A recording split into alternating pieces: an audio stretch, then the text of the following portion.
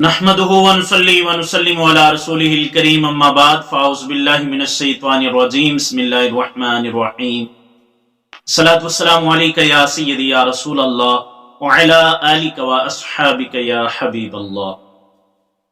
ایک خوبصورت سا فرمان مصطفیٰ صلی اللہ تعالی علیہ وسلم جس میں ہمیں میانہ روی کا حکم بھی دیا گیا، اس کی ترغیب بھی دی گئی، اور ساتھ ہی ساتھ ہمارے پیارے دین کے متعلق بھی گفتگو کی گئی کہ ہمارا دین کتنا سہل و آسان ہے فرمان مصطفیٰ صلی اللہ علیہ وسلم کے مطابق، اور اس میں کوئی تنگی نہیں ہے اور اس پر کوئی غلبہ نہیں حاصل کر سکتا، اس میں کوئی سختی نہیں کر سکتا، اور دین ہی ایسا ہے جو ہر چیز پر اور ہر ایک پر غالب ہے، غالب رہے گا انشاءاللہ الرحمن۔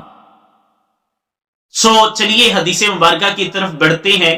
ان ابی ہریرہ رضی اللہ تعالی عنہ قال ان النبی صلی اللہ تعالی علیہ وسلم، حضرت ابو ہریرہ رضی اللہ تعالی عنہ نبی کریم صلی اللہ تعالی علیہ وسلم سے روایت کرتے ہیں، قال ان الدین یسر، دین آسان ہے، دین آسانی کا نام ہے، وَلَن يُشَادَّ الدِّينَ إِلَّا غَلَبَهُ، جو دین کے معاملے میں سختی کرے گا دین اس پر غالب آ جائے گا، دین اس پر غالب آ جائے گا جو دین کے معاملے میں سختی کرے گا۔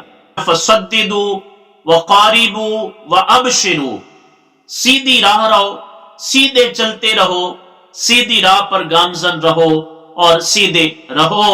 فرمایا وقاربوا، میانہ روی اختیار کی کرو، وابشروا، خبری دو، اینوا واستعینوا بالغدوۃ والروحۃ وشیء من الدلجۃ، رواہ البخاری۔ اور ساتھ ہی ساتھ فرمایا صبح اور شام اور رات کے کچھ حصہ میں اللہ تعالی کی اس کی عبادت کر کے، اس سے مناجات کر کے، اس کی عبادت کر کے، نوافل پڑھ کے، اس کا ذکر کر کے اس سے مدد حاصل کرو۔ اس حدیث پاک کو امام بخاری رحمۃ اللہ تعالی علیہ نے بیان فرمایا۔ تو اس حدیث میں ہمیں بہت کچھ سیکھنے کو ملا۔ ہمارا دین آسان ہے، اس پر کوئی غالب نہیں آ سکتا، کوئی اس کے معاملے میں سختی کرنے کی کوشش کرے گا تو وہ سختی نہیں کر سکے گا، بلکہ دین اس پر غالب رہے گا۔ فرمایا سیدھی راہ رہو، فرمایا خوشخبریاں دو، فرمایا میانہ روی اختیار کرو، اور اللہ تعالیٰ سے اس کی عبادت کر کے صبح و شام رات کے کچھ حصے میں اس کی عبادت کر کے تم مدد حاصل کرو۔